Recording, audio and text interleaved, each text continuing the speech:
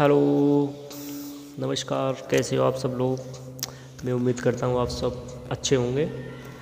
तो हम प्रतिशत की हमारी क्लासेस चल रही हैं और प्रतिशत में हमने 2 टाइप लगभग कंप्लीट कर लिए हैं। ठीक है, अभी उन पर और भी क्वेश्चन लगाएंगे, लेकिन हम पहले बेसिक टाइप जो है उनको करते चले जाएंगे। ठीक है, तो अगला जो आज का हमारा नेक्स्ट टाइप है वो पिछले टाइप से ही कनेक्टेड है कि चीनी के भाव में 20% की कमी हो गई। अब एक व्यक्ति 36 रुपये में 500 ग्राम चीनी अधिक खरीद लेता है, तो चीनी का प्रति किलोग्राम प्रारंभिक भाव ज्ञात कीजिए। तो जैसा कि मैंने इससे पहले टाइप में आपको बताया था, अगर आपने वो क्लास नहीं देखी है तो आप वो क्लास देखिए जाके पहले। ठीक है, लिंक आपको डिस्क्रिप्शन में मिल जाएगी कि अगर मूल्य में कमी हो जाती है तो वस्तु की जो खपत होती है ना वो ऑटोमेटिक बढ़ जाती है। ठीक है, अगर हमें खर्चा उतना ही रखना है, मतलब खर्चा कितना है इसमें 36 रुपये का। ठीक है, तो जैसे कमी हुई 20% की, देखो 500 ग्राम चीनी क्या हो गई, अधिक आ गई। ठीक है ना, तो पहले थोड़ा सा इसको डिटेल में जानेंगे, फिर मैं आपको शॉर्ट ट्रिक बताऊंगा और ऐसी शॉर्ट ट्रिक जिससे आप इसको 5 से 10 सेकेंड में ख़त्म कर सकते हो ऐसे क्वेश्चन को। ठीक है, लेकिन थोड़ा सा पहले हम इसका डिटेल समझ लेते हैं तो जिससे इस क्वेश्चन के प्रति हमारी समझ बन जाए। ये बोला चीनी के भाव में 20% की कमी हो गई, तो 20% की कमी हो गई तो 500 ग्राम चीनी अधिक आ गई, तो इस 20% की वजह से ही तो 500 ग्राम अधिक आई है। ठीक है, ये बोल सकता हूँ मैं 500 ग्राम का मतलब आधा किलो, 1/2 भी लिख सकते हो आप। ठीक है, तो 20% 500 ग्राम। अब हम ज्ञात करेंगे कि वो अब कितनी चीनी खरीदता है, तो 20% 500 ग्राम, तो टोटल कोई चीज़ 100% होती है तो 100% की वैल्यू कितनी हो जाएगी, देखो यहाँ गुणा हो जाएगी 500 गुणा 100/20 का भाग लग जाएगा। ठीक है, परसेंट से परसेंट कट जाएगी, 20 पंजे 100, 500 गुणा 5 करो कितना हो जाएगा, 25, 2500, 2500 ग्राम। तो 2500 ग्राम का मतलब होता है 2.5 किलोग्राम। कितना किलोग्राम, 2.5 किलोग्राम। ठीक है, तो अब वह वर्तमान में प्रेजेंट में कितनी चीनी खरीद रहा है, 2.5 किलोग्राम चीनी खरीद रहा है। हमें पता है ये 2.5 किलोग्राम वर्तमान में खरीद रहा है, तो पहले कितनी खरीदता था, क्योंकि पहले अब जो 500 ग्राम अधिक खरीदता है तो इसमें से 500 ग्राम मतलब आधा किलो घटा दो, तो 2.5 में से अगर आप आधा यानी 0.5 ग्राम 5 किलोग्राम, ठीक है, 0.5 किलोग्राम घटाओगे, 0.5 किलोग्राम का मतलब ही 500 ग्राम होता है, तो आपके पास कितना जाएगा 2 किलोग्राम। तो मतलब वह पहले 2 किलोग्राम चीनी खरीदता होगा। कितनी किलोग्राम, 2 किलोग्राम। तो अब हमें चीनी का प्रारंभिक भाव निकालना है। तो देखो भाव कैसे निकालते हैं, तो बहुत आसान तरीका होता है भाव निकालने का। तो भाव हम जब निकालते हैं तो हमें ये ध्यान रखना है कि हमेशा रुपये तो ऊपर होते हैं। ठीक है, भाव निकालते समय रुपये जो भी हम खर्च कर रहे हैं, ठीक है, जो भी हमारे पास रुपये हैं और नीचे वस्तु की जो भी मात्रा है, ठीक है, तो इस तरह से हम भाव निकालते हैं।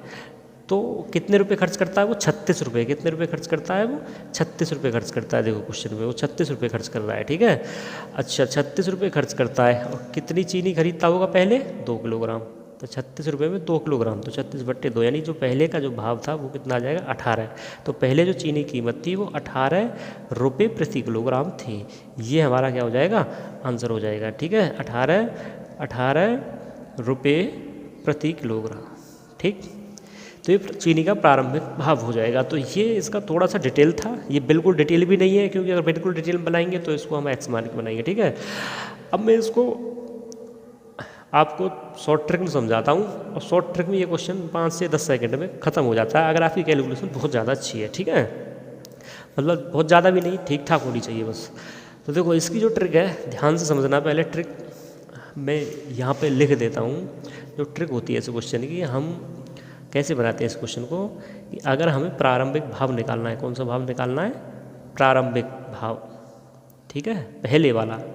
तो प्रारंभिक भाव निकालने के लिए हम क्या करते हैं, प्रतिशत में जो भी कमी या वृद्धि हुई है, ठीक है, प्रतिशत में जो भी कमी या वृद्धि हुई है, ठीक, कमी या वृद्धि, गुणा में कितने रुपए का हमने खर्चा किया है, जितने रुपए का हमने खर्चा किया है, बटे में कितनी मात्रा हम कम या ज़्यादा खरीदते हैं, मात्रा का अंतर मतलब। ठीक है, गुणा में अगर हमें प्रारंभिक भाव चाहिए तो यहाँ गुणा में हमेशा प्लस माइनस कितना रहता है, 100% रहता है। ठीक है, कितना रहता है, प्लस माइनस 100%। ठीक है, तो प्लस माइनस 100%, मतलब जैसे 20% की कमी हुई है तो यहाँ 100 माइनस 20 80 हो जाएगा, और अगर मान लो 20% की वृद्धि होती तो 100 माइनस 100 प्लस कितना हो जाता है, 120 आ जाता। तो बस ये खत्म हो गया क्वेश्चन। देखो 20% की कमी हुई तो प्रतिशत कमी 20% कितने रुपए में, 36 रुपये में, तो गुणा 36 बटे कितने किलोग्राम मात्रा अधिक, 500 ग्राम। तो 500 ग्राम का मतलब होता है आधा किलोग्राम, क्योंकि हमें भाव प्रति किलोग्राम निकालना है तो इसको किलोग्राम में ही बदल लेंगे हम। तो 1/2 आधा किलोग्राम का मतलब, या आप 0.5 भी लिख सकते हो, ठीक है। और गुणा में प्लस माइनस 100, तो 20 की कमी हुई है 20% की, तो 100 माइनस 20 कितना हो जाएगा, 80 हो जाएगा। अब देखो इधर भी परसेंट है, इधर भी 20% है, परसेंट से परसेंट कट जाएगी। बस आपको कैलकुलेट अब करना है, यहाँ पे 2 से काट दोगे 80 को कितनी बार, 40 बार, और 20 को काट लोगे 40 से 2 बार, ठीक है। 2 से डिवाइड करोगे 36 को, वही आ जाएगा आपका 18। तो चीनी का जो भाव था वो कितना था, 18 रुपये प्रति किलोग्राम था, ठीक है। प्रारंभिक भाव था ये चीनी का। इसी क्वेश्चन में आपको समझा देता हूँ, अगर हमें प्रारंभिक भाव ना पूछ के वर्तमान भाव पूछने लग जाए, यानी अब का मूल्य पूछने लग जाए, कौन सा मूल्य, अब का मूल्य, तो वर्तमान, इसको वर्तमान मूल्य भी बोलते हैं, ठीक है। या हम इसको, या फिर हम इसको घटा हुआ मूल्य भी बोल सकते हैं, बढ़ा हुआ मूल्य भी बोल सकते हैं, घटा हुआ, ठीक है, क्योंकि मूल्य में वृद्धि या कमी करता है ना। या वृद्धि वाला मूल्य भी बोल सकते, मतलब बढ़ा हुआ मूल्य भी बोल सकते हैं इसको, ठीक है। और वर्तमान मूल्य तो है ही। तो इसमें हम जो ट्रिक लगाएंगे यही ट्रिक है, बस आपको थोड़ी सी इसमें चेंज करना है। क्या चेंज करना है, जैसे इसमें क्या करेंगे हम, प्रतिशत कमी या वृद्धि, ठीक है, गुणा में कितने रुपए का खर्चा किया है, बटे में आप क्या करोगे, इसमें वही मात्रा का अंतर, कितने अधिक या कम मात्रा खरीदता है, गुणा में क्या कर दोगे आप, 100। तो यहाँ डायरेक्ट 100 से गुणा कर देते हैं वर्तमान मूल्य निकालने के लिए, ये आपको ध्यान रखना है, ठीक है। वर्तमान मूल्य निकालने के लिए डायरेक्ट 100 से प्लस माइनस 100 नहीं करते। प्रारंभिक मूल्य में ध्यान रखना है प्लस माइनस 100 होता है, ठीक है। तो अगर इसी क्वेश्चन की बात करें, वर्तमान मूल्य अगर इसमें पूछ रहा होता तो हम कैसे करते हैं, 20% की कमी गुणा 36 रुपये, ठीक है, बटे में 500 ग्राम मतलब आधा किलो, गुणा में 100, ठीक है। बस 2 से आप काट दो कितनी बार, 50 बार, ठीक। और 20 से कटेगा ही नहीं, 0 से 0 कट जाएगी, ठीक है। तो ऊपर हो जाएगा 36 दूनी कितना हो जाएगा, 2 कटा नहीं है, ठीक है, 0 से 0 कटी है, तो 36 दूनी कितना हो गया, 72, ठीक। और डिवाइड में कितना हो गया, 5 से इसको आप डिवाइड कर लोगे, तो जब इसको 5 से आप डिवाइड कर लोगे तो ये आपका हो जाएगा 5 एकम 5 दूनी, 5 एकम 5, और 5 दूनी 5 एकम 5, 5 चौक 20, यानी 14.4 हो जाएगा। कितना हो जाएगा, 14.4 रुपये प्रति किलोग्राम हो जाएगा, ठीक है, जो अब का मूल्य है।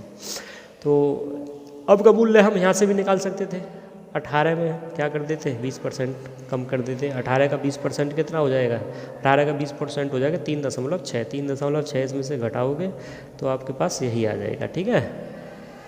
मुझे उम्मीद है ये क्वेश्चन आपकी समझ में आया होगा।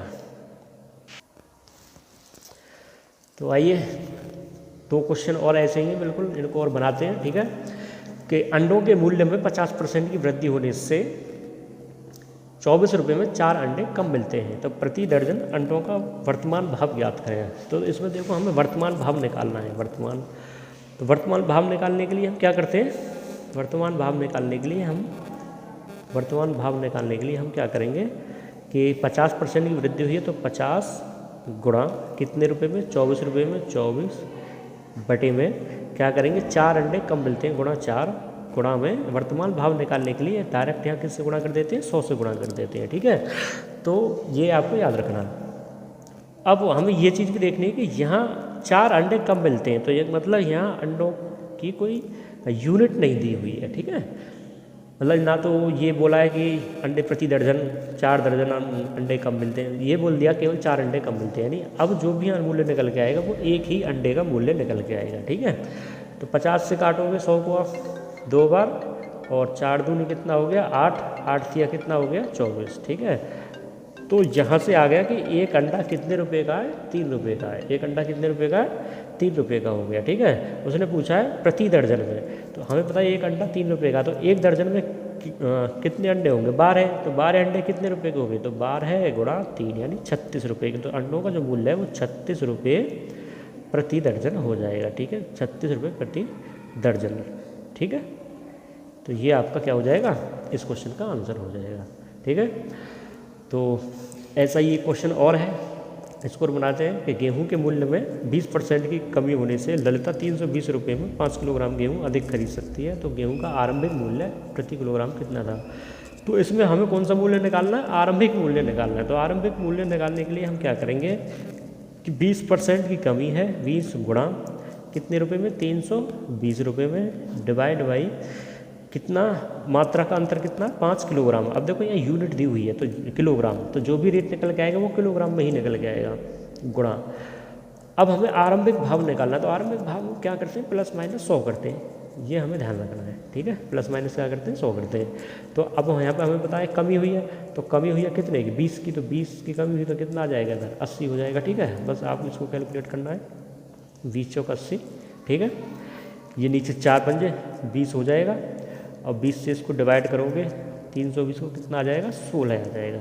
ठीक है, तो 16 रुपये, यूनिट कितनी है, किलोग्राम, तो 16 रुपये प्रति किलोग्राम गेहूं का प्रारंभिक भाव रहा होगा। तो मुझे उम्मीद है ऐसे क्वेश्चन आप बना ही लोगे, इसमें कोई आपको दिक्कत नहीं आएगी। इसमें भी और अच्छे लेवल क्वेश्चन बन जाते हैं, लेकिन मैं पहले आपको इन सब का बेसिक पार्ट समझा देता हूँ, फिर हम 1-2 क्लास ऐसी लेंगे जिसमें मिक्स क्वेश्चन होंगे और इन्हीं के बड़े बड़े लेवल होंगे। ठीक है, मतलब आप किसी भी एग्ज़ाम की तैयारी कर रहे हो, किसी भी वनडे एग्ज़ाम की, तो आपको एक बार ही मैथ पढ़ना है, बार बार आपको मैथ नहीं पढ़ना, फिर उसके बाद आपको प्रैक्टिस ही करनी है। ठीक है, ये नहीं है कि यूपी पुलिस के लिए आप अलग से मैथ पढ़ रहे हो, ठीक है, जीडी के लिए आप अलग से मैथ पढ़ रहे हो, तो ये सब चीज़ें ना टाइम वेस्ट होती हैं। आप एक बार पढ़ लो मैथ अच्छे से। ठीक है, और मैथ में कुछ ऐसा बदलाव तो होता नहीं है कि क्वेश्चन चेंज हो जाते हैं, क्वेश्चन तो वही रहते हैं, बस लेवल थोड़ा ऊपर नीचे होता है।